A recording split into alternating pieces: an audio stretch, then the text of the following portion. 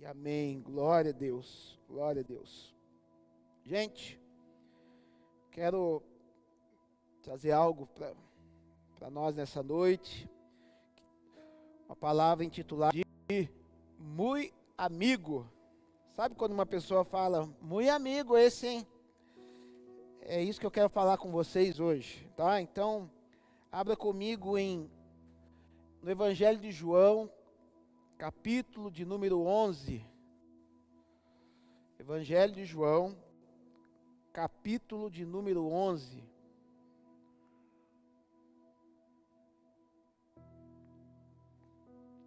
Há um texto, acho que conhecido da maioria que está nos ouvindo.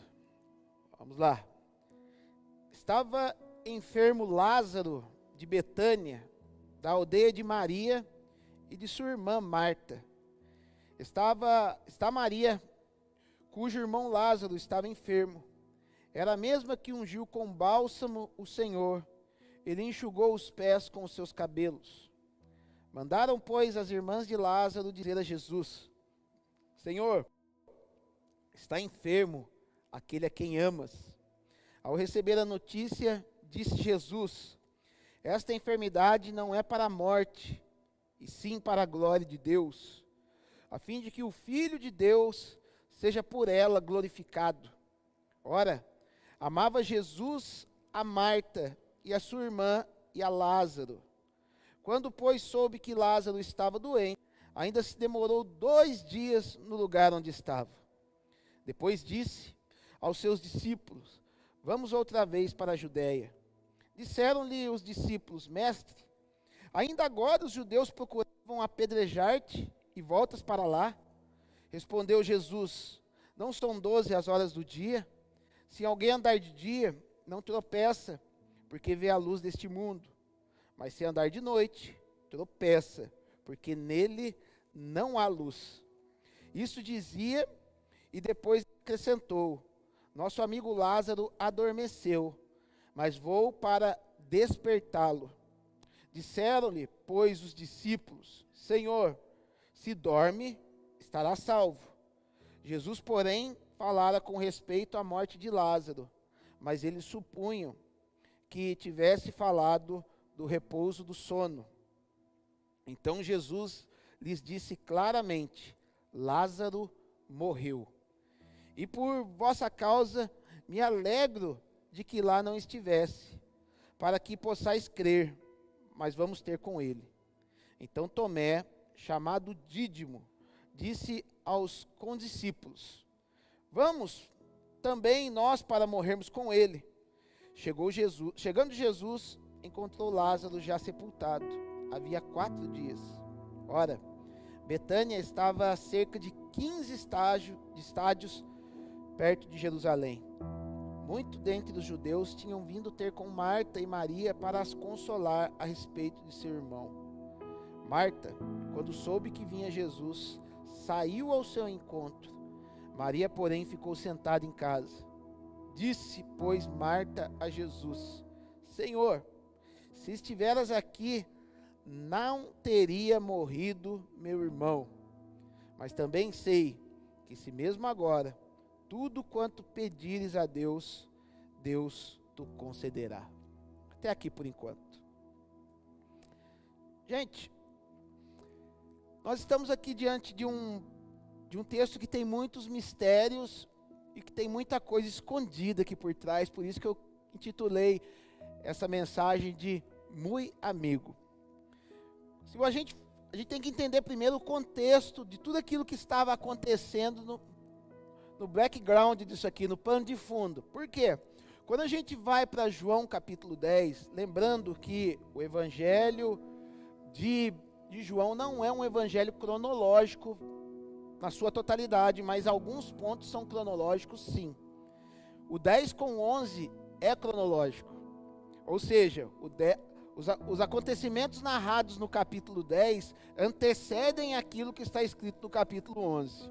Pois bem, no capítulo 10, para quem gosta aí da Bíblia, para quem tem uma intimidade com a Bíblia, vai entender que no capítulo 10, Jesus ele se apresenta como o bom pastor, o pastor que dá a vida pelas ovelhas e se revela como o Filho de Deus, como Deus. Foi uma revelação muito profunda, porque isso causou um problema para Jesus. E os judeus, os religiosos queriam apedrejar Jesus por causa disso. E nós vamos ver que Jesus, ele foi abordado por causa disso, e ele teve que sair dali de uma maneira repentina, pelo fato de ele ter revelado que ele era o de Deus e que ele era o Salvador. Pois bem, logo depois disso, ele fica sabendo que um amigo chamado Lázaro, ele estava enfermo.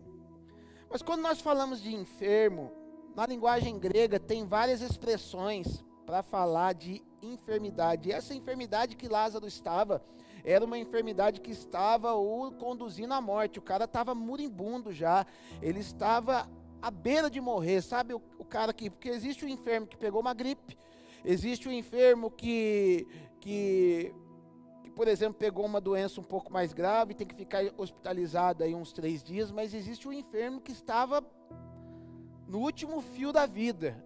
Era o que estava acontecendo com Lázaro. Então Lázaro era um amigo de Jesus que morava numa cidade chamada Betânia.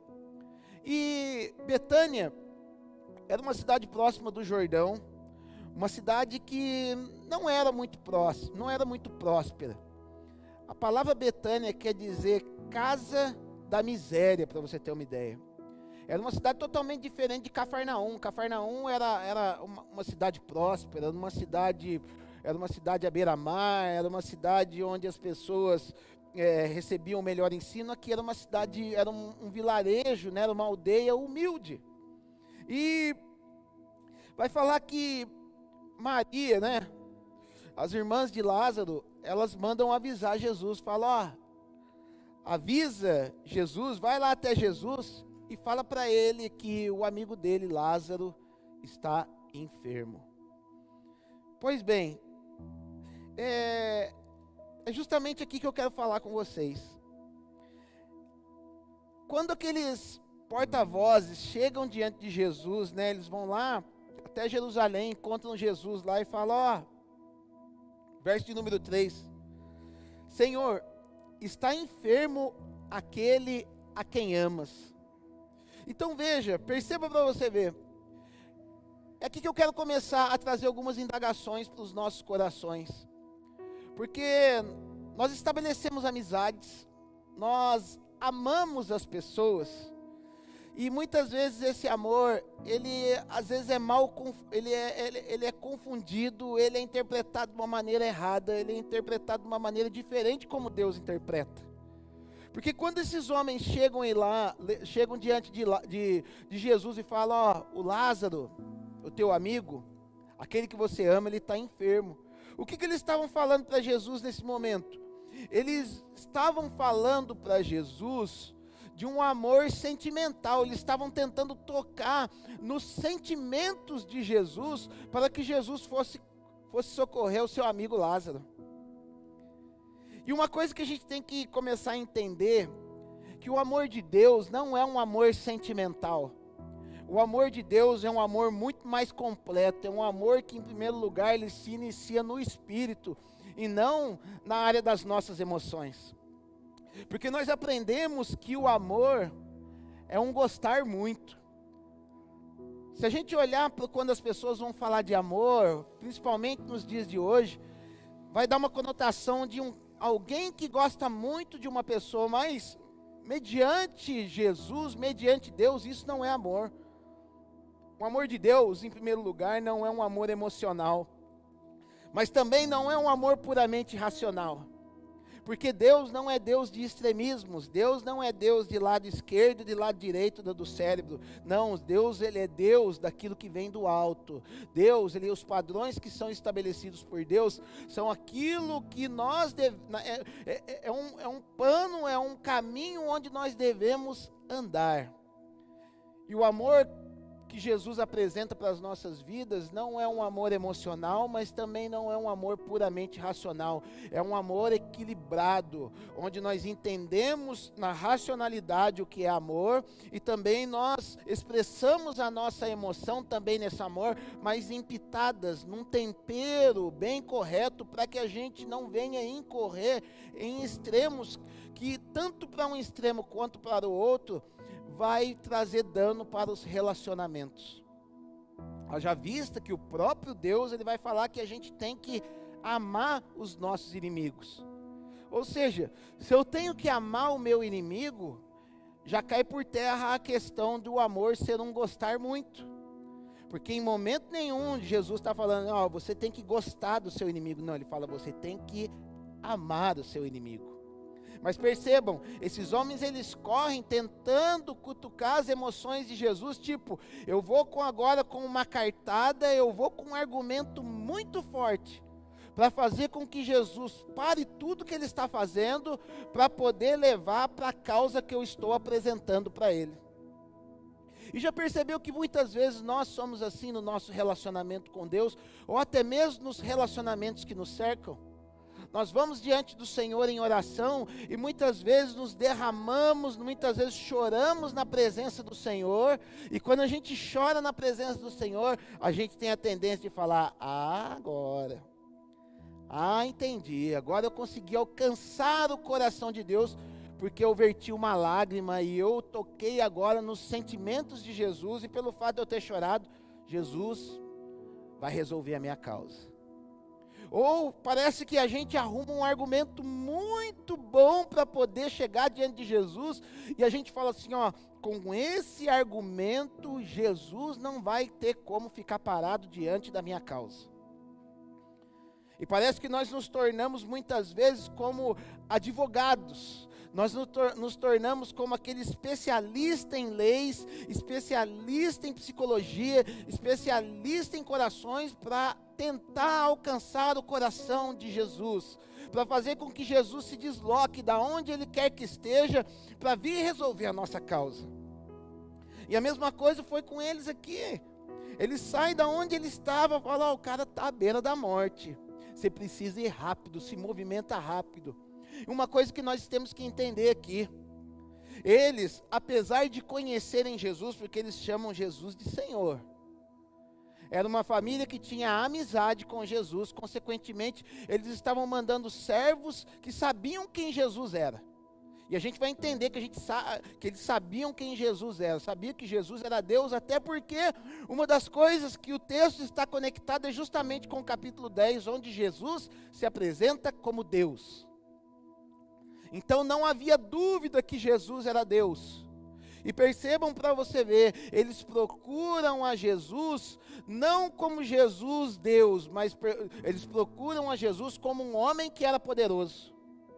E uma coisa que nós temos que entender, que nós temos que colocar e deixar isso entrar dentro do nosso coração, Jesus, Ele é Deus. Jesus não necessita de argumentos humanos para se mover. Jesus não necessita para que a gente crie situações, Jesus não necessita de uma lágrima, Jesus não necessita de nada que nós possamos mover para que Ele venha vir à nossa causa. Jesus, Ele não se move por necessidade, Jesus não se move por sentimento, Jesus não se move por situações favoráveis, Jesus se move pela fé que nós temos nele. Tem fé em Jesus? Então calma, não precisa apresentar argumentos. Tem fé em Jesus? Então aquieta o teu coração, porque Ele te conhece, Ele sonda a tua fé, Ele sonda o teu relacionamento. Essa fé faz com que você ande num relacionamento sincero com o Senhor, e o Senhor está nos observando, o Senhor que nos vê em secreto, Ele nos recompensará. Essa é uma verdade que tem que estar dentro de nós. A gente não precisa, como se é lógico que é um momento de dor, é um momento onde as duas estavam de luto, mas é como se nós, às vezes, temos um relacionamento com alguém e a gente pede para alguém, vai lá e tenta resolver isso com fulano lá, usa a sua influência. Com Jesus não precisa nada disso. Porque vai falar que Jesus, ó, o verso número 4, Jesus, ao receber a notícia, ele vai falar assim, ó, essa enfermidade não é para a morte, e sim para a glória de Deus. Mas uma coisa que nós temos que aprender com esse texto, aquilo que Deus vai fazer, não é por nossa causa, porque muitas vezes a gente se sente o centro da situação.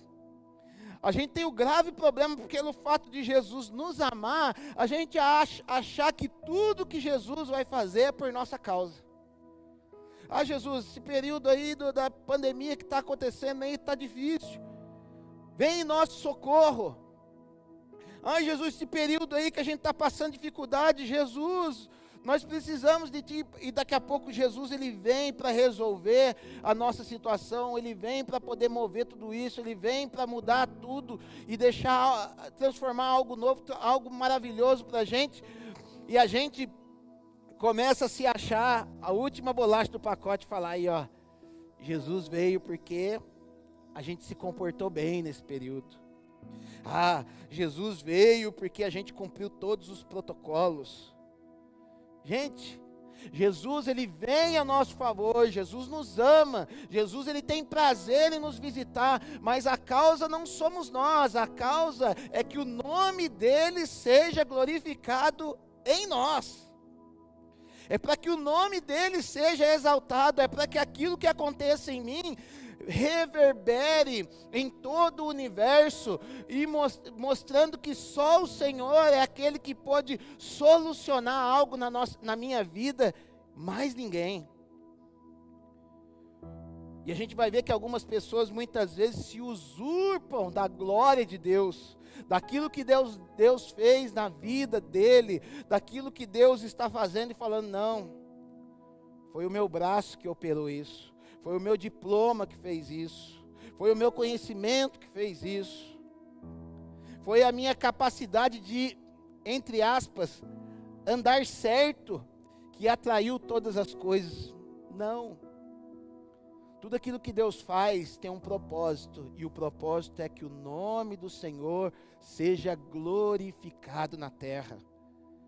O grande propósito é desse. A gente vai ver que Deus, Ele vai libertar o povo do Egito. Ele fala assim, eu vou fazer isso para que o meu nome seja grande em Faraó. Nós somos apenas um instrumento nas mãos do Senhor, para que o nome dEle seja glorificado em nós. Ou seja, nós não temos argumento algum, nós não temos qualidade nenhuma, nós não temos algo que nós podemos dar carteirada na cara de Deus, porque todo o mover de Deus, tudo aquilo que Deus faz é para a honra e glória do nome do Senhor. Então Ele vai dizer assim, né? A fim de que o Filho de Deus seja por Ele glorificado.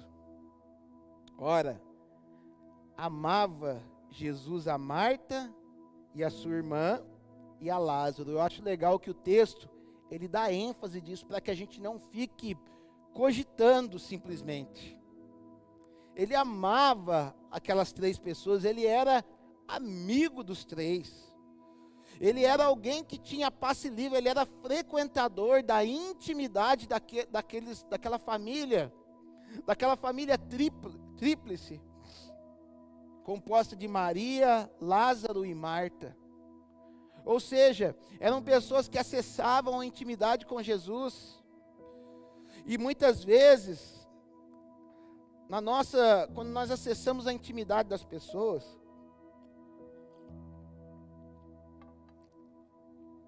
a gente acessa a intimidade das pessoas e, na verdade, a gente percebe que algumas pessoas, pelo fato de acessarem a intimidade de outras pessoas, acham que podem tudo na vida daquela pessoa a qual você acessou a intimidade.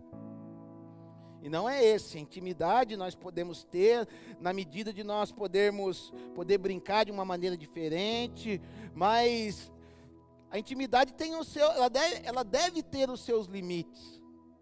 Ela deve ter o seu campo para deixar com que a intimidade, né, da pessoa seja preservada, a essência de algumas coisas que a pessoa não precisa ficar revelando. Mas vai dizer que Quando, pois, soube que Lázaro estava doente, ainda se demorou 2 dias no lugar onde estava. A primeira vez que eu li esse texto, eu falei assim, né, eu não entendia nada de Bíblia, mas a primeira vez que eu li esse texto me chocou. Porque como pode um homem, que sendo Deus, que se apresentou como Deus lá atrás, ou seja, estava falando que era Deus, fica sabendo que o seu amigo está enfermo, e vai falar que ele se demora 2 dias do lugar onde ele estava? Muito amigo esse, né? Amigão. E é justamente nesse ponto que o inimigo tenta nos atacar. Porque a gente constrói uma intimidade com Jesus, a gente acessa alguns lugares celestiais com Jesus, pelo menos esse é o propósito, da gente cada vez mais acessarmos a intimidade com o Senhor, porque o próprio salmista vai dizer, né, se eu não me engano, Salmo de número 18, que a intimidade do Senhor é para aqueles que o temem. Então, se você teme ao Senhor, se eu não me engano, é 18, 25, Salmo. A intimidade, vamos ver, deixa eu conferir. Salmo 18, 25. Não vai ser então,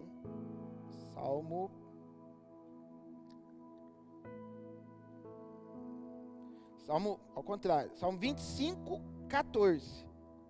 A intimidade do Senhor é para os que o temem, os quais ele dará a conhecer a sua aliança. Ou seja, então nós estamos aqui diante de pessoas que tinham acessado a intimidade de Jesus. Consequentemente, nós podemos afirmar que eles temiam a esse Deus, temiam a Jesus. Não um temor de medo, mas um temor de obediência, um temor de zelo pelo relacionamento que eles tinham com o Senhor. Agora, imagine só uma pessoa que tem esse acesso.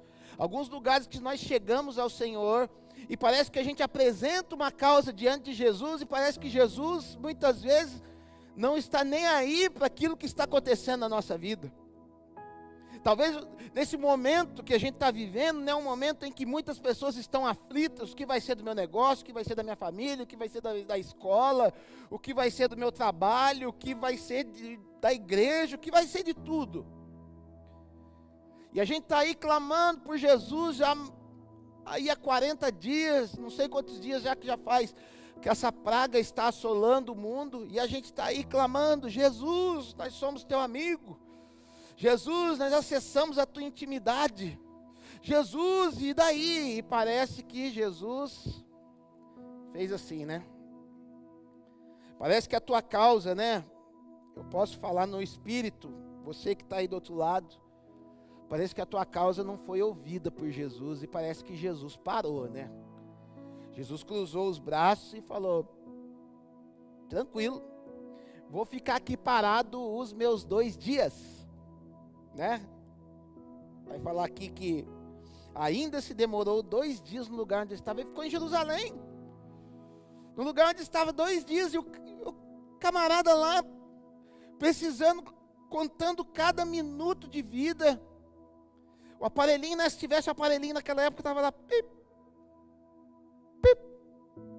Não estava aquela coisa, e eu imagino a expectativa daquelas pessoas, eu imagino principalmente a frustração daqueles servos que foram lá avisar Jesus, que andaram aqueles 3 quilômetros para poder fazer uma visitinha lá para Jesus e falar, Jesus, que vai ser? Então, acredito que a primeira indagação veio daquelas pessoas lá que foram visitar Jesus, né? Que as pessoas que foram mandadas lá dizer, andamos 3 quilômetros para falar com Jesus e ele nem deu bola para a gente.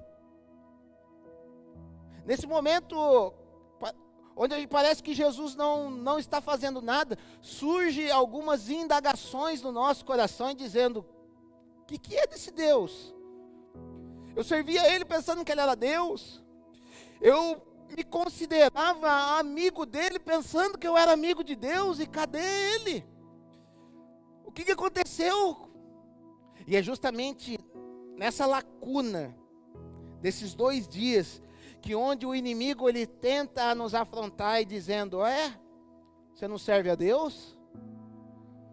Não é esse que você falava que era teu amigo?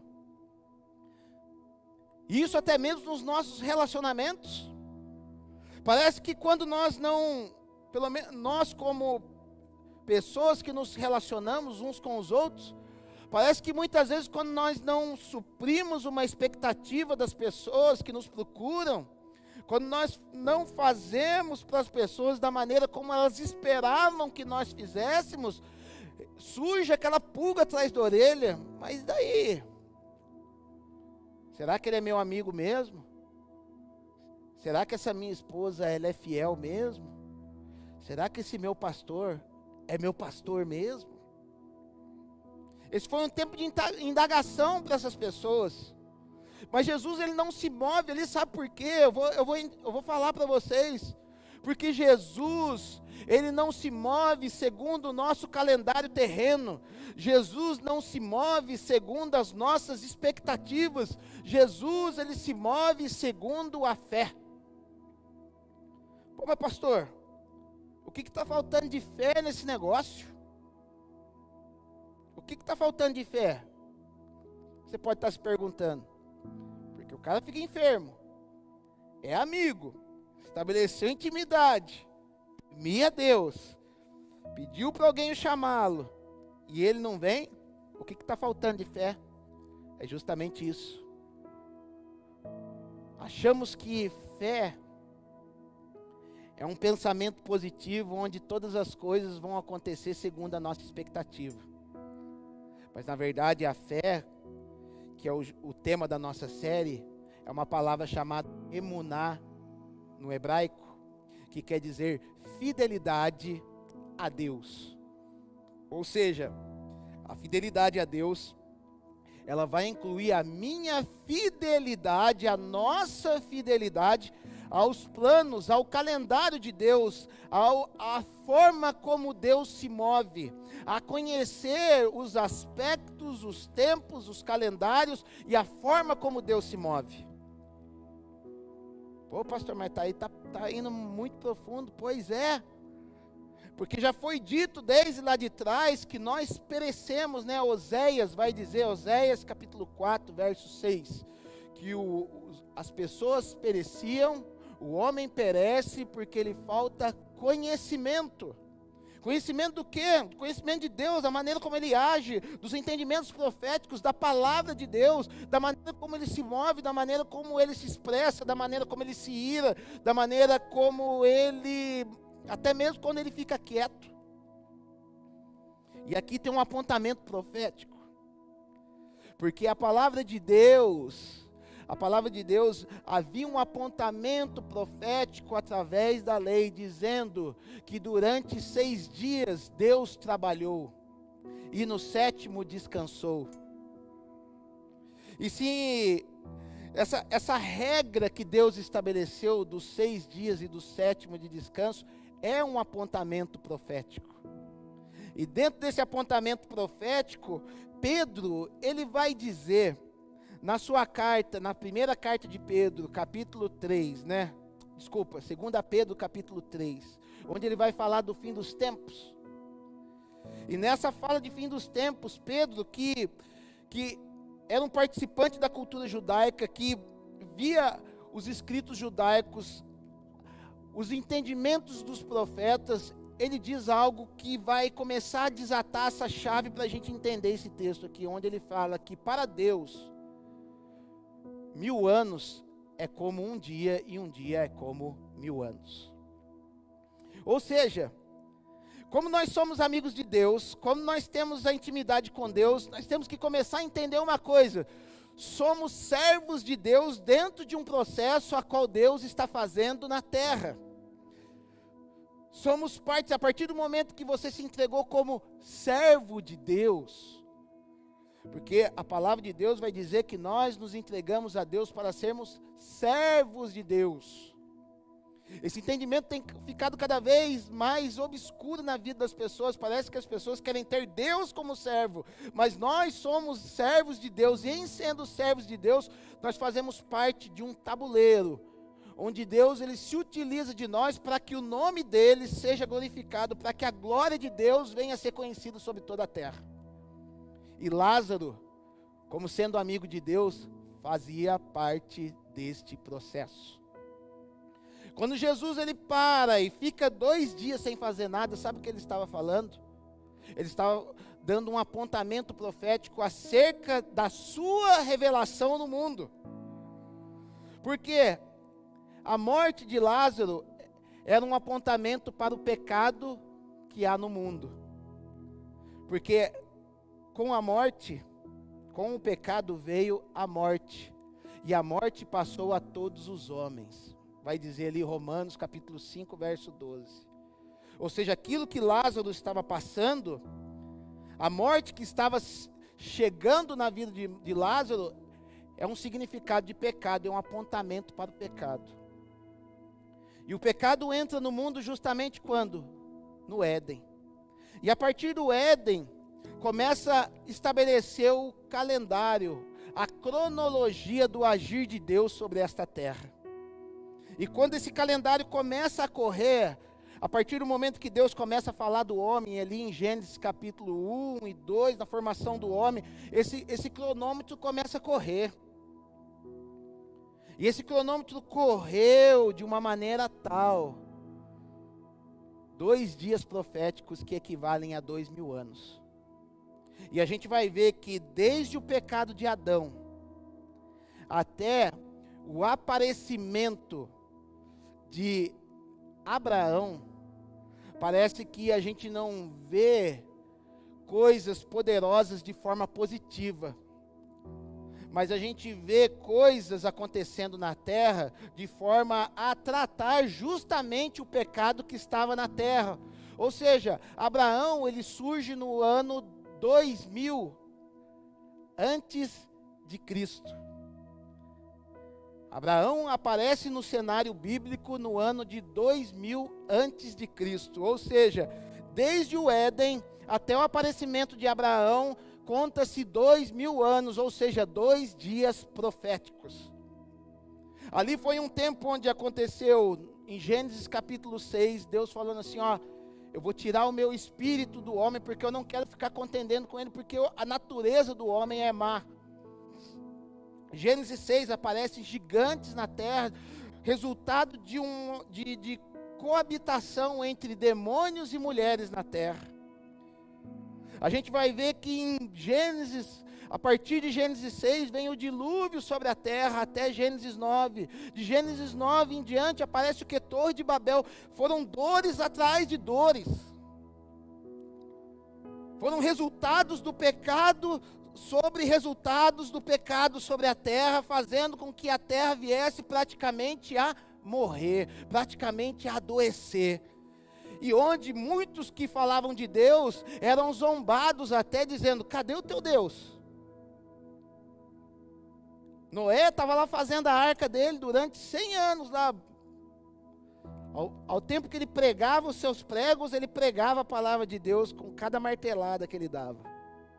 E muitos olhavam lá para ele e falavam, ô doidão, cadê o teu Deus? Só que começaram a ver Deus aparecendo justamente no momento onde veio o dilúvio sobre a terra. Enfim, 2000 anos acontece, onde parece que Deus ficou calado, expressando somente a sua ira contra o pecado. E a morte de Lázaro era justamente o resultado da ira de Deus sobre o pecado. As consequências do pecado. Mas em 2000, aparece um homem chamado Abraão, onde Deus vai até Abraão e fala, ó, sai da tua terra, da tua parentela, que agora eu vou fazer algo novo. Eu vou começar agora a pavimentar a minha vinda sobre a terra. A partir de agora eu estou falando contigo, sai, porque agora o meu nome vai ser glorificado no teu nome. O meu nome vai aparecer no teu nome. Porque Abrão, a história começa em Gênesis 12, chamando um homem de Abrão, que queria dizer pai exaltado, mas finaliza a história de Abraão dizendo que esse homem recebeu, na nossa fonética, né, um A, mas na fonética hebraica ele recebe uma letrinha chamada Re, que quer dizer habitação de Deus. Então ele passa a ser um homem, habitação de Deus, onde o seu nome muda de Abrão para Abraão, onde ele é chamado de pai de multidões. Porque se permitiu ser usado por Deus nesse período. E esses 2 dias que Jesus para, era justamente esse ajustamento profético, esse apontamento dizendo, ó, eu sou aquilo que estava escrito lá, eu não sou apenas um homem aleatório que está andando sobre a terra, eu sou o cumprimento daquilo que estava escrito. A gente não pode mais olhar para Jesus como somente aquele garçom que vem resolver os nossos problemas. A gente tem que olhar para Jesus como aquele que vem para estabelecer o calendário de Deus sobre esse planeta. Aquele que vem estabelecer o calendário de Deus na minha e na tua vida. Há um calendário de Deus sobre a minha e a tua vida que a gente tem que começar a observar. Porque Eclesiastes capítulo 3 vai dizer que há um tempo determinado para as coisas debaixo do céu. Tempo para plantar, tempo para colher, tempo para arrancar, tempo para estabelecer. E não é que há um tempo aleatório, não, há um calendário de Deus. Se a gente perde esse calendário, a gente murmura. Se a gente não se atenta para esse calendário, a gente perde as nossas bênçãos, a gente perde o nosso aprendizado, a gente perde o modelar de Deus na nossa vida, a gente perde chaves que Deus quer dar para nós, a gente perde dons que Deus quer dar para nós, a gente perde tudo aquilo que Deus quer fazer em nós. A gente precisa estar atento ao calendário de Deus e não simplesmente ficar falando, Jesus, muito amigo você, hein? Gastei 3 horas de oração aí durante essa semana, fiquei a quarentena inteira orando por uma coisa e não aconteceu. Amigão você, hein? Não, o calendário de Deus está andando. No calendário de Deus, Satanás não tem acesso. No calendário de Deus, aqueles que estão caídos não conseguem perceber. No calendário de Deus, aqueles que estão dormindo não conseguem participar. O nome Lázaro também é um nome profético, porque ele vem do hebraico chamado El-Azar, ou Eleazar. E se você procurar na escritura, o Eleazar era um dos filhos de Arão. Arão tinha 4 filhos, Nadab, Abiú, Eleazar e Itamar. Nadab e Abiú perderam o temor de Deus e foram oferecer fogo estranho dentro do tabernáculo. O fogo entrou dentro das narinas, né? Os rabinos dizem que o fogo veio quando eles forem oferecer o fogo estranho a Deus, algo que não era de Deus, algo que não refletia um coração puro. Eles foram oferecer qualquer coisa diante de Deus. Esse é o perigo da gente com aquela frasezinha, né? É para Deus mesmo, qualquer coisa serve. Vou fazer, mas Deus sabe, né? Não, Deus não sabe. Deus, Ele quer o melhor. Deus, Ele não sabe de coisa pior nenhuma. Ele quer o melhor. E vai falar que o fogo saiu do altar, entrou dentro das narinas e os queimou de dentro para fora. De tal maneira que mal o pai dele pôde sepultá-los e chorar pela vida deles. Arão não pôde chorar pela morte dos seus filhos. Porque Deus falou assim, serei glorificado diante de todo o povo. Ou seja, tudo que acontece é para que Deus seja glorificado. Entenda isso nesta mensagem. Então, Arão estabelece Itamar. Como a palavra de Deus vai dizer que Itamar se tornou o príncipe, Eleazar se torna o príncipe dos príncipes na questão dos cultos, na questão de cuidar do tabernáculo. E a gente vai ver o Eleazar como o substituto de Arão. Arão morre e Deus fala assim, vai lá, Eleazar com Arão sobe o monte junto com Moisés, e lá Arão desperá das suas vestes e colocará em Eleazar. E Eleazar será um percussor, alguém que vai cumprir o meu calendário com esse povo, porque Arão foi aquele que pecou, foi aquele que fez bezerro de ouro, foi aquele que acusou o seu irmão, foi aquele que não teve o entendimento, mas agora Eleazar é de uma classe superior, é alguém que está alinhado ao meu calendário para que possa levar o povo à terra prometida. E Lázaro era a figura no Novo Testamento desse Eleazar, desse homem que iria ser um divisor de águas no ministério de Jesus. Eu pergunto para você nessa noite, você está disposto como servo, porque eu acredito que você deve se considerar um servo do Senhor, você está disposto nessa noite a falar, Senhor, eu quero fazer parte do teu calendário nesta terra, custe o que custar, ainda que tenha que passar por dificuldades, você tem coragem de falar isso? Porque é para isso que Deus está nos chamando nessa noite. E vai falar que Eleazar, ele conduziu, ele foi o sacerdote, o principal sumo sacerdote, juntamente com Josué. Josué era o governador, e Eleazar era o sumo sacerdote na terra prometida. Na terra onde o Senhor quer nos levar, na terra onde eu planto, eu colho, na terra onde eu posso adorar, mas na terra onde eu luto contra os gigantes que vêm sobre as nossas vidas. Enfim, então ele fica parado, porque ele é o cumprimento da palavra. Jesus não é somente uma figura, Jesus não é um personagem, Jesus não é uma estatueta, Jesus, ele é o cumprimento da palavra que ele mesmo escreveu. Por isso que eu falo, a palavra tem códigos que a gente precisa conhecer. Então vai falar, né, que depois disso, né, vai falar que ele vai para Betânia. E quando ele está chegando próximo, ele está indo a caminho para aquele lugar, os seus discípulos ouvem ele falar acerca de que ele dormia, e ficaram ali todo, legal, então a gente vai lá acordar o cara lá, nós vamos, simplesmente a galera está pensando, está viajando, achando que o cara está morrendo, que o cara morreu. Jesus está falando que ele dormia. Mas vai dizer no verso de número 14 que Jesus disse claramente para os seus discípulos: Lázaro morreu. Como diz o nerd da Tapitinga, né? Morreu. Por quê? Porque Jesus, ele é específico, Jesus, ele é claro, com Jesus não tem rodeios. Jesus não é alguém que vai te esconder coisas para poder simplesmente te trazer uma palavra doce, para poder esconder aquilo que está acontecendo, simplesmente para não ferir os nossos sentimentos. Jesus, ele é claro e específico naquilo que ele está fazendo. Ele é muito seguro de si.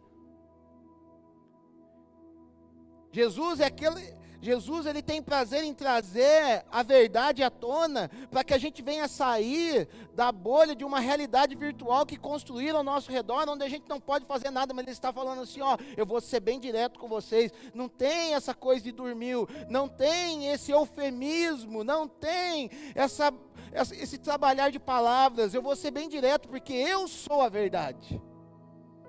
E a verdade não pode se mover debaixo de mentiras e de ilusões. A verdade, ela é a verdade nua e crua, doa quem doer. Porque se ele fosse um cara politicamente correto, ele podia falar assim, não, mas se eu falar que o cara morreu, eles podem duvidar que eu não seja Deus. Perceba, você vê? Porque se ele falar assim, não, vamos lá, ele está dormindo só mesmo, vamos lá, a gente resolve lá. Mas o que acontece? Ele podia preservar o nome dele, mas ele não, eu não tenho. O compromisso de Jesus é com a verdade. Nós temos que deixar de ser politicamente corretos e ter um compromisso com a verdade. Mas não é porque você fala a verdade que você precisa ser grosso. E hoje em dia, infelizmente, nós vivemos numa sociedade onde as pessoas acham que pelo fato de você falar a verdade, isso soa grosseiro. Esse dia eu fui na casa de um discípulo, vou contar, o discípulo deve estar ouvindo aí. Mas fui na casa do discípulo, ele fez lá um cafezão da hora pra gente. E ele perguntou assim, né? Pastor, tá bom o café? Eu peguei e falei assim, ó. Tá faltando pó. Na hora, eu vi o olhinho da minha esposa fazendo assim, ó. Tipo, já vai meu marido falar a verdade de novo. Tipo, já vai o cara. Mas, gente, se eu não falo, eu entendo de café. Se eu não falo para ele que ele está entrando no mundo do café agora, se eu não falo para ele que está faltando pó, quem vai falar para ele? Se eu não falo para uma pessoa que ela está com mau hálito, quem que vai falar para ela? Se eu não falo para uma pessoa que ela está errada, quem que vai ensinar ela? Então perceba como nosso mundo foi construído no politicamente correto. E eu falei na maior, não fui grosseiro, falei, ó, tá faltando café, da próxima vez coloca um pouco mais de pó, vai ficar bom. E ele recebeu na maior, beleza pastor, da próxima vez vou ensinar. Só que nós vivemos numa sociedade onde o inimigo corrompeu os nossos sentimentos, corrompeu o nosso entendimento, onde a gente precisa ser docinho em tudo, onde a gente precisa, muitas vezes, até mentir para agradar as pessoas.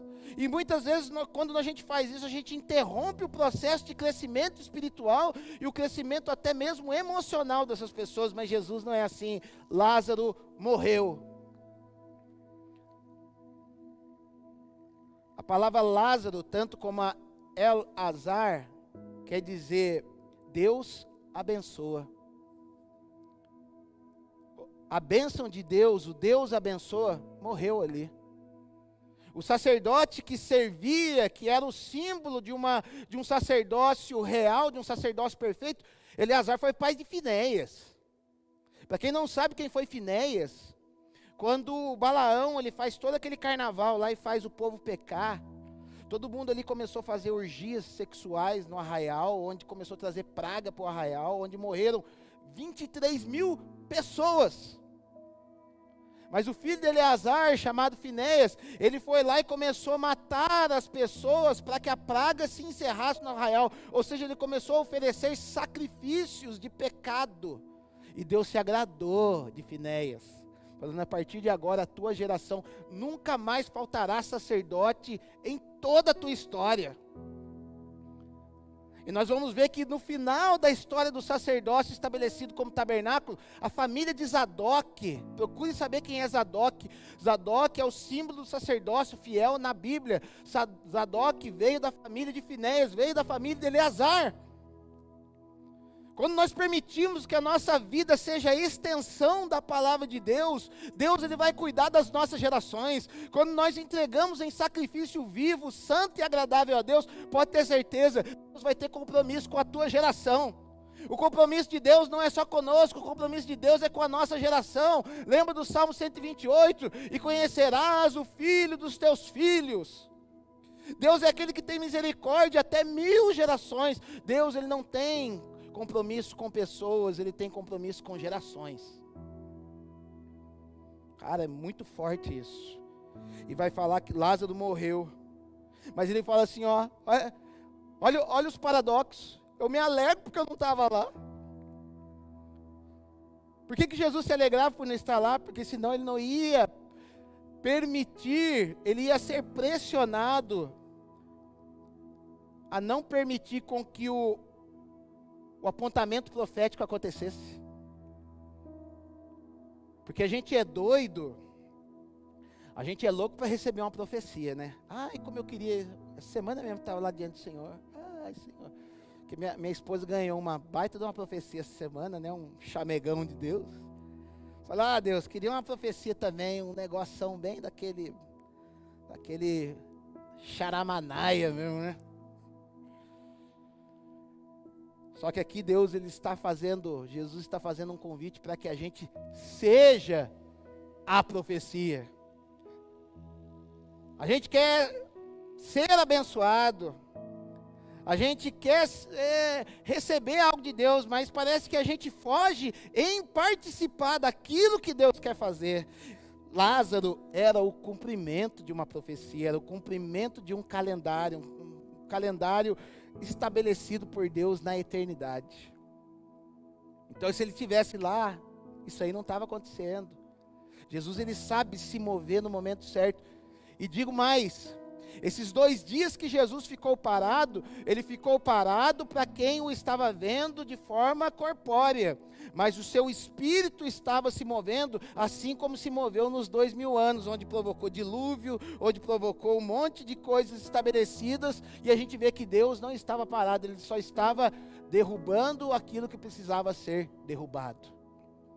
Jesus estava chacoalhando aquilo que precisava ser chacoalhado. Então, eles vão até lá, e quando ele está chegando, porque a entrada das cidades, profeticamente é conhecido como um lugar de julgamento, os juízes de toda a cidade ficavam sentados à porta da cidade. Na porta da cidade eram estabelecidos vida ou morte, prisão ou liberdade, bênção ou maldição.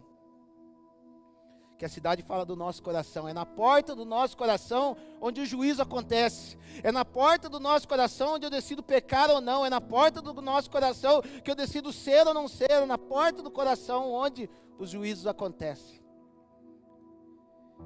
E o supremo juiz chega na porta da cidade, na hora que ele chega na porta da cidade, a Marta ficou sabendo que Jesus estava chegando, e o que ela fez? Verso 20... Marta, quando soube que vinha Jesus, saiu ao seu encontro. Mas vai falar que a sua irmã, Maria, porém, ficou sentada em casa. Aqui a gente começa a ver algumas diferenças entre Marta e Maria, né? Diferenças de personalidade. Mas a gente tem que tomar cuidado com alguns aspectos da nossa personalidade, que muitas vezes não permite a gente agir da maneira como Deus quer que nós hajamos. Porque vai falar assim, né? Disse, pois, Marta a Jesus: Jesus, Senhor, se estiveras aqui, não teria morrido meu irmão. Mas também sei que, mesmo agora, tudo quanto pedires a Deus, Deus te concederá. Às vezes a gente não para refletir nessa frase. Sabe o que ela fez aqui? Ela deu uma carteirada em Jesus e apresentou um plano para Jesus.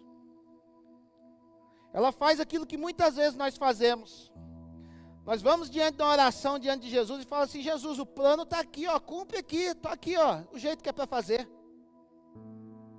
Pega fulano lá, derruba fulano, quebra ele no meio. Ó, Jesus, eu quero o marido ou a esposa de preto, branco, alto, baixo, fala isso, fala não sei o quê, engenheiro, advogada. A gente vai com um plano diante de Deus, a gente vai com um plano diante de Jesus e falando: faz aí, cara. Ela está falando aqui, ó, se você estivesse aqui, nada disso tinha acontecido, mas eu sei que você vai resolver tudo. Porque se você pedir para Deus, a coisa acontece.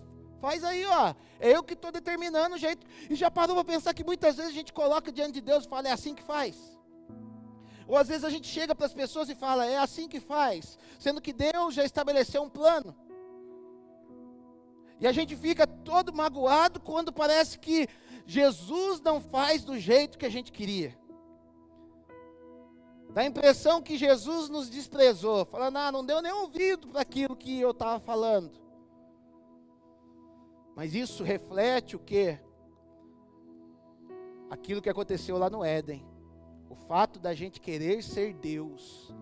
Existe algo intrínseco dentro da natureza adâmica, dentro daquilo que nós chamamos como carne, que se chama o quê? A deificação do homem. O homem querer ser Deus, o homem se colocar no lugar de Deus. Então vai falar assim, Jesus olha para ela, né? Jesus é um lorde, né? Jesus podia ter dado uma sapatada nela ali mesmo, falando: não, filha, você quer ensinar eu a fazer o meu serviço? Você quer falar para mim o jeito que eu tenho que fazer? É a mesma coisa eu querer chegar e ensinar a galera ali da mídia, ali, ó, eu não tenho, meu negócio aqui é pregar, orar. ensinar. Cada um do seu quadrado, e o negócio de Jesus era o quê? É ser Deus. O negócio de Jesus era ser Deus. E ela queria ensinar Deus a ser Deus. É igual os dois camaradinhos na estrada de Emaús, lá, Lucas 24. Eles foram lá pregando o evangelho para Jesus. Ah, Jesus, aconteceu tal coisa, tal. Não, Jesus não, né? Não sabia que era Jesus. Né? Os seus olhos estavam impedidos. Ah, então, o cara lá, profeta, falou que ia ressuscitar. Pregando para Jesus. E aqui estava ela querendo ensinar para Jesus. E Jesus, na miúda, né? Jesus entendendo que a Marta não... Declarou-lhe Jesus: teu irmão há de ressurgir.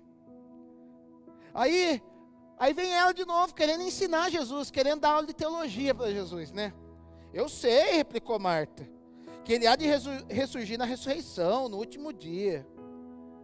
Aí Jesus diz assim, ó, disse-lhe Jesus: eu sou a ressurreição e a vida. Eu estou num patamar diferente. Eu não vou ressuscitá-lo.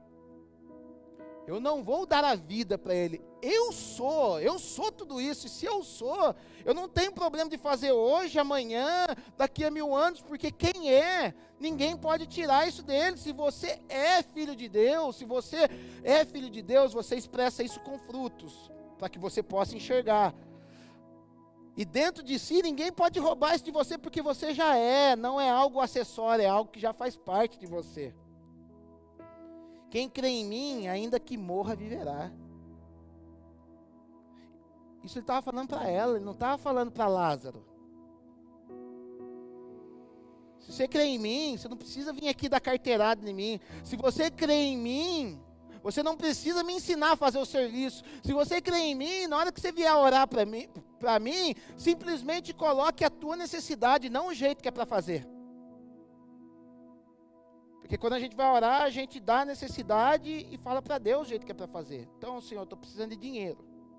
Então o Senhor faz o seguinte: o Senhor manda cliente para mim, e o cliente vai vir e ele vai avisar para o outro cliente. Então, cara, Deus ele pode tocar no coração de uma pessoa, as pessoas bater na porta da sua casa e falar, ó, a partir de Deus mandou trazer isso aqui para você, cara. Ele é Deus. E vai falar assim: e todo que crê em mim não morrerá eternamente. Crês isto? Tipo, você está entendendo agora?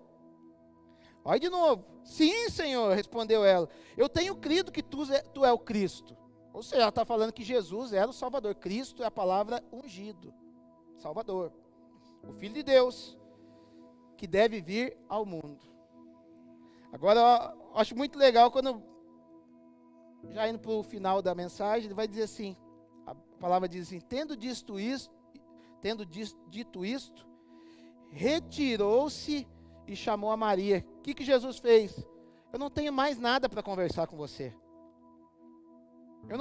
Eu já te expliquei o que eu tinha para te explicar.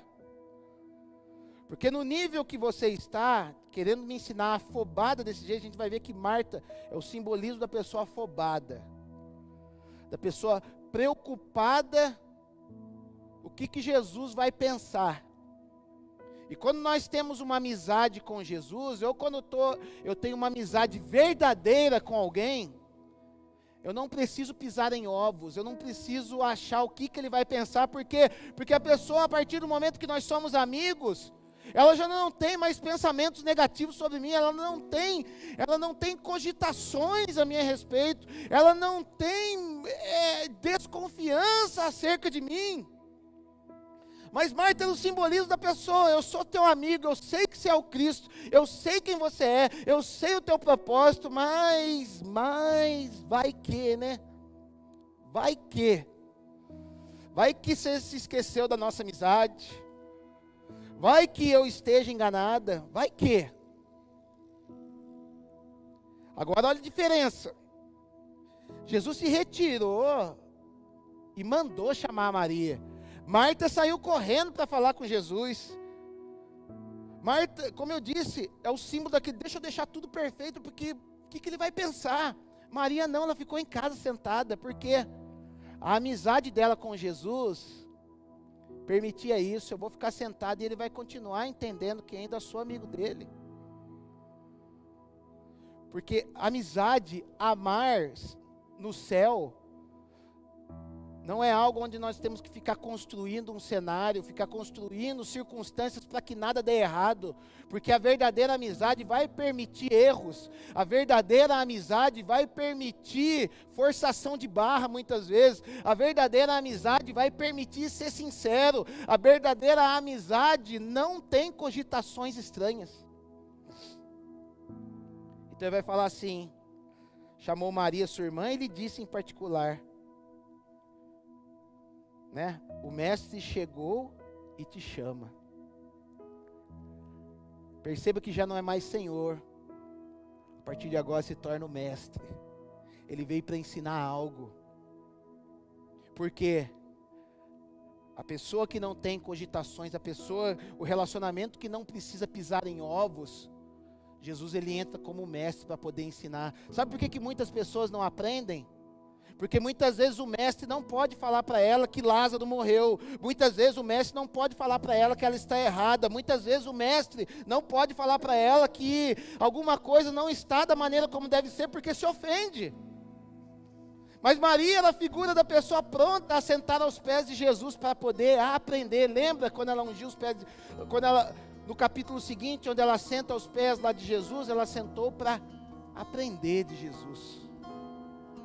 Maria é o símbolo da igreja que aprende aos pés de Jesus.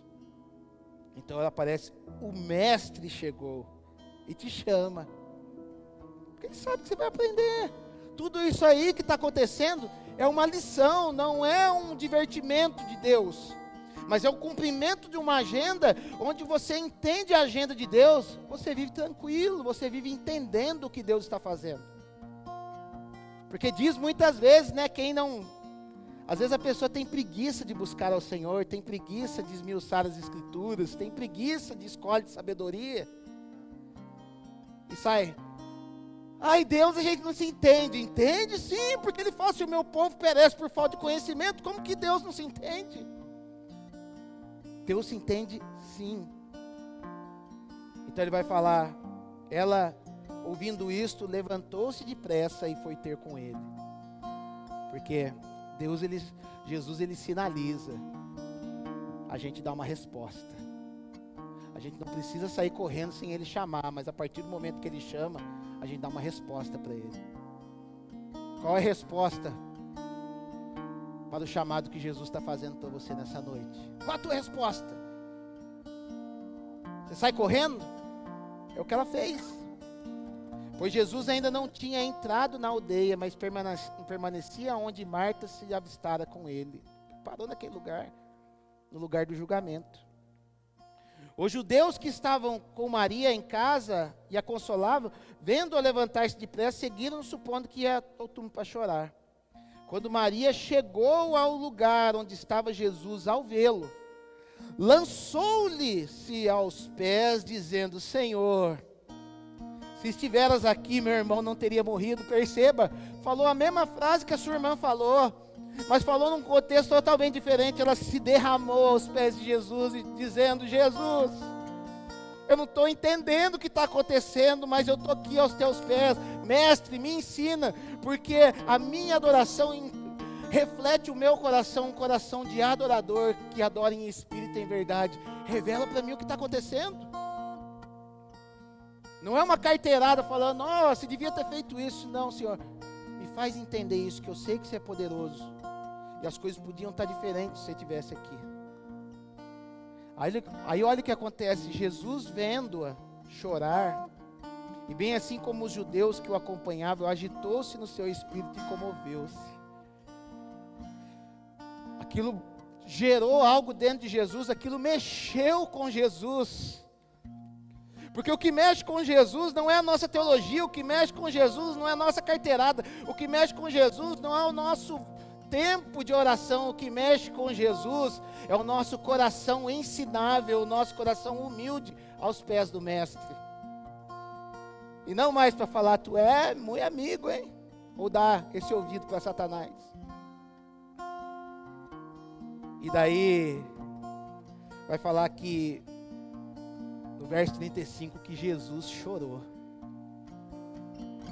Imagina Deus chorando. A gente não vê nas Escrituras em momento nenhum, e aparece que Jesus chorou. Chorou por quê? Porque ele viu ali o reflexo de uma igreja que clama por ele, uma igreja que nos dias de hoje, que nós estamos vivendo, nós estamos aos pés de Jesus e falamos: Senhor, nos ensina, nos mostra o que o Senhor quer com tudo isso. E não simplesmente ficar: pô, Jesus abandonou a gente aqui, hein?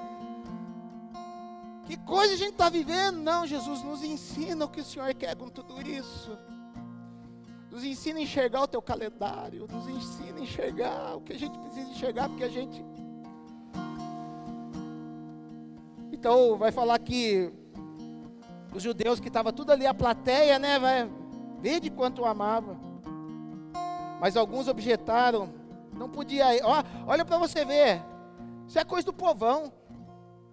Não podia ele, que abriu os olhos ao cego, fazer com que esse não morresse? Ou seja, a amizade que muitas pessoas denotam a Deus, a nossa fé que nós temos a Deus, para aquelas pessoas que não o conhecem na sua intimidade, é o que? É livrar das aflições. Mas o que Deus tem para nós é: eu vou te livrar em meio às aflições. Não é uma blindagem para não ter mais problema na vida. Porque se o próprio Jesus ele teve problema na vida, como que nós não vamos mais ter problema na vida? Mas isso é coisa de quem pensa superficialmente, de quem não se derrama a buscar o Senhor. Então, vai falar que Jesus ele se agita novamente. Aquilo mexeu com Jesus profundamente. Mas o que mexeu não foi o sentimento, o que mexeu com Jesus foi a atitude de fé. Então aprenda nessa noite: o que vai mexer com Jesus não é a tua despensa vazia. O que vai mexer com Jesus não é a tua empresa à beira da falência. O que vai mexer com Jesus não é o teu casamento que está na ruína. O que vai mexer com Jesus não é o teu carro que vai para leilão. O que vai mexer com Jesus é a tua atitude de adorador e de aprender aos pés dele para entender o que ele está querendo fazer. Porque uma coisa é dito: todas as coisas cooperam para o bem daqueles que amam a Deus. Isso estava bem determinado no coração de Maria. Então, vai falar que eles estavam falando até do capítulo 9, né, onde ele curou o cego. Porque as pessoas acham que o mover de Deus, ele é mecânico. Da mesma maneira onde ele operou uma vez, ele vai ter que operar da outra vez. Jesus, ele é dinâmico. Não tenta encaixotar Jesus. Se ele fez isso com fulano, é igual os irmão na mesa, né? Você coloca o irmão na mesa, ele coloca o copo para o pai encher de refrigerante, eles ficam medindo para ver, para ficar no mesmo nível. Ninguém pode ter uma gota a mais do que o outro, senão já vai achar ruim. Com Deus não funciona assim. Deus ele tem uma obra personalizada para a vida de cada um. Então ele vai dizer assim, como eu disse para vocês, quando ele chega ali, a Marta fala assim, ele manda assim, tinham posto uma pedra, né? E a Marta fala assim, nem abre isso aí, porque já é de 4 dias, porque ela não queria que Jesus sentisse o mau cheiro do pecado que estava morto ali. Por quê? Porque ele ficou 2 dias parado, mas ele caminhou mais 2 dias. Imagina, 3 quilômetros, ele foi bem na manhã, bem devagarzinho. 3 quilômetros a gente anda em 1 hora no máximo. Ele levou, para andar 3 quilômetros, ele levou 2 dias, ou seja, completou o 4º dia. Sabe por quê? 2.000 anos para Abraão, e de Abraão até Jesus, mais 2.000 anos, 4.000 anos, porque para Deus, um dia é como 1.000 anos, 1.000 anos é como um dia. Ali ele estava falando assim, era um apontamento profético, porque agora eu me revelo ao mundo. Agora, o mundo que jazia em trevas, o mundo que jazia em pecado, a partir desse momento recebe vida, e vida em abundância. 4.000 anos foi a data em que Jesus se revelou a nós. Que ele morreu por nós na cruz, o cumprimento de um aspecto profético. E Deus, ele fala que no seu calendário, existe um calendário de 7.000 anos. Desde do relato do Éden, não desde o Éden, desde o relato do Éden, da onde ele estava querendo falar, até o fim de todas as coisas, há um calendário de 7.000 anos. E quando você vai observar o 4, depois se você puder, pega uma caneta e faz 7 barrinhas, cada uma significando 1.000 anos proféticos. Você vai ver que o 4 é o centro, 3 barrinhas para cá vai sobrar e 3 barrinhas para cá vai sobrar. 7 é o símbolo da menorá, que é o símbolo do Espírito Santo. A barra maior, onde subdivide as outras 3, significa o 4, que é a revelação de Jesus ao mundo. Onde mais 2.000 anos, tudo se encerrará para que a gente entre no ano do descanso. E nós estamos vivendo nesse período agora. Mais 2.020 anos se passaram e nós estamos na cara do gol para que algo no calendário de Deus venha acontecer. Mas para que isso acontecesse, teve que ter esse milagre aqui, onde ele vai falar, ó, cadê o Lázaro? Vai falar, então, está de 4 dias, Jesus, não precisa mexer com isso não. Não põe a mão nisso, Jesus. Porque eu quero te preservar do mau cheiro, gente. Jesus não tem problema com pecado, Jesus não tem problema com mau cheiro, Jesus não tem problema com aquilo que nós consideramos como asqueroso, porque Ele vai pegar aquilo que não presta, aquilo que é asqueroso e vai transformar em vida. E a Marta tenta sempre blindar Jesus, porque ela tinha dificuldade com isso. Nós tentamos muitas vezes blindar as pessoas, nós muitas vezes não queremos oferecer para as pessoas aquilo que nós temos dificuldade. Às vezes a pessoa tem dificuldade com, por exemplo, a gente vê os nossos filhos tendo algumas dificuldades, por exemplo, numa conta matemática, e às vezes a gente vai lá e faz a conta para o filho, para que ele não tenha essa dificuldade, porque a gente teve essa dificuldade lá atrás, a gente quer blindar eles disso, mas quando a gente blinda eles disso, a gente deixa de desenvolver eles, por exemplo, e Deus, Marta era esse tipo de pessoa, e Jesus estava falando, não precisa disso, tira a pedra, eu quero resolver essa questão. Estou no quarto dia é dia da revelação, tira a pedra. E a pedra sabe o que é? A pedra é o símbolo de Jesus, mas Jesus para alguns, ele é pedra de esquina, ele é referência onde todas as coisas partem, mas para outros, ele é pedra de tropeço. Então ele está falando, tira essa pedra de tropeço aí, porque eu quero agir, tira a pedra de tropeço, e vai falar que aqueles homens tiram a pedra. Quando aqueles homens tiram aquela pedra, Jesus vai dizer assim, Lázaro, Eleazar, Deus abençoa, vem para fora. Não é Lázaro, sai para fora, é Lázaro, vem para fora. Lázaro, ele vem ao encontro da vida. A vida não estava lá, ele estava no lugar dos mortos, ele estava no Sheol. Vai falar que Lázaro sai, e algumas pessoas que já visitaram o túmulo, eu vou lá ainda em nome de Jesus, vai falar que aquele túmulo é um pedaço cavado dentro de uma rocha, onde tem que descer uma escada, onde estava sepultado o corpo. Ou seja, Lázaro ele vem flutuando até o lugar onde ele estava, porque ele estava envolto em faixas, a não ser que era brincadeira do saco, né? O cara vai... Ele estava envolto em faixas e ele subiu de forma sobrenatural. Por quê? Porque Jesus ele rompe com toda a física, com todo o entendimento que o homem tem da sua matemática, do seu conhecimento de terra. E esse corpo vem até fora. E vai falar que a partir daquele momento, aquele homem que estava morto de 4 dias, que estava fedendo, ele começa a se movimentar, e a vida voltou até Lázaro, porque ele vai ao encontro de Jesus, e Jesus, ele é o caminho, ele é a verdade, ele é a vida.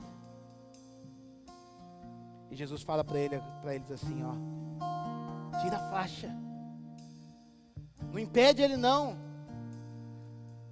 porque Jesus ele faz o processo de trazer vida àquilo que está morto. Mas permitir com que a vida opere, permitir com que a vida se movimente, cabe a nós precisamos romper essas faixas. Essas faixas se chamam limitações. E muitas vezes, talvez, você esteja me vendo aí, esteja com a vida dentro de si, mas ainda está enfaixado, ainda está limitado, onde você não pode mexer as suas mãos, ou seja, não está trabalhando para Jesus da maneira como deve trabalhar. E os seus pés estão enfaixados, porque vai falar que eles romperam a faixa das mãos e dos pés. onde agora você precisa caminhar para o teu destino profético, entendendo esse novo calendário de Deus, onde o Lázaro agora somos nós, onde aquele a quem Deus abençoa somos nós, onde aqueles que fazem parte desses 2000 anos de calendário profético somos nós. Jesus veio nos trazer a vida para isso, para que a gente cumpra esse calendário profético, para que não mais ele seja o nosso muito amigo, mas ele seja verdadeiramente o nosso amigo. E eles desataram Lázaro. E sabe o que aconteceu? Na cultura de muitos aí, depois disso Lázaro viveu abençoado. Não, depois disso Lázaro foi perseguido de todas as formas possíveis, porque ele era o cumprimento de uma profecia. Ele era algo do milagre mais poderoso que Jesus operou, e vai falar que daquele dia em diante eles decidiram matar a Jesus, porque aquele milagre correu por toda a região, e foi aquele momento onde Jesus estava próximo de morrer. Jesus praticamente morreu por causa da ressurreição de Lázaro. E Jesus, ele quer trazer vida para mim, para você, ele quer desatar a mim e as suas faixas, ele quer que a gente desenvolva esse calendário profético que ele tem preparado para a nossa vida. Mas com isso vai vir perseguição. Com isso vai vir pessoas querendo te matar, porque você não é mais alguém que clama por uma profecia. Você é o cumprimento da profecia, você é a extensão da profecia na terra. E muitas pessoas não querem viver debaixo de uma profecia. Muitas pessoas não querem ter contato com uma profecia, porque aquilo fere a religiosidade delas. Aquilo fere o pecado delas. A tua vida santa, a tua vida desenvolvida no Senhor, machuca pessoas que querem continuar no túmulo. Pessoas que querem continuar enfaixada ainda. E Jesus está falando, sai para a vida, desata, vai, caminha. Porque eu sou teu amigo. E vou continuar me relacionando contigo. Ainda que eu morra, eu vou viver, para que ainda que você morra, você possa viver. Por isso eu quero orar com você nessa noite. E se talvez você está deslocado desse calendário profético que Deus está na tua vida, talvez você esteja sentindo no teu coração, pastor, eu não me sinto parte desse calendário. Eu não me sinto parte desses 6.000 anos de trabalho que Deus está tendo na terra. Eu te convido hoje para fazer parte disso. Eu te convido hoje para você ser um El-Azar, aquele que Deus abençoa. E você vai ver que grandes coisas o Senhor vai fazer na tua vida. Grandes coisas. Basta abrir o coração. Basta ser como Maria e ir para os pés do Mestre. Porque o Mestre, ele entrou num tempo que ele quer ensinar muito. Quer ensinar muito e a muitos, e através desse ensino muitas pessoas vão ter uma vida correta e santa diante do Senhor. Pai, em nome de Jesus eu quero te agradecer. Quero te agradecer por cada vida que nos acompanha, por cada um que se derramou nessa noite para poder ouvir a tua mensagem, meu Pai. Nós não queremos ficar fora do teu calendário. Nós não queremos ficar fora, meu Pai, da história que o Senhor tem escrito nessa terra, meu Pai. Nós não queremos também ficar como mortos, meu Pai, dentro de uma catacumba, meu Pai, isolados, cheirando mal, exalando o cheiro do nosso pecado. Não, meu Pai, nós queremos ser libertos, queremos ser sarados por Ti, para expressar todo o bom cheiro que há na Tua presença, Senhor. Nos ajuda a caminhar com filhos, meu Pai, nos ajuda a caminhar como os Teus amigos. Nos ajuda, meu Pai, a resgatar a amizade que um dia tivemos contigo e talvez ela tenha se perdido. Nós estamos aqui querendo clamar pela tua amizade, pela tua intimidade. E dizer, Senhor, pode contar conosco para aquilo que der e vier. Pode contar com a tua igreja para aquilo que der e vier, porque nós somos teus e pertencemos a ti. Pai, nós te agradecemos e te louvamos. Em nome de Jesus. Amém. Deus abençoe a vida, Deus abençoe a tua casa, Deus abençoe os teus negócios. Em nome de Jesus. Amém.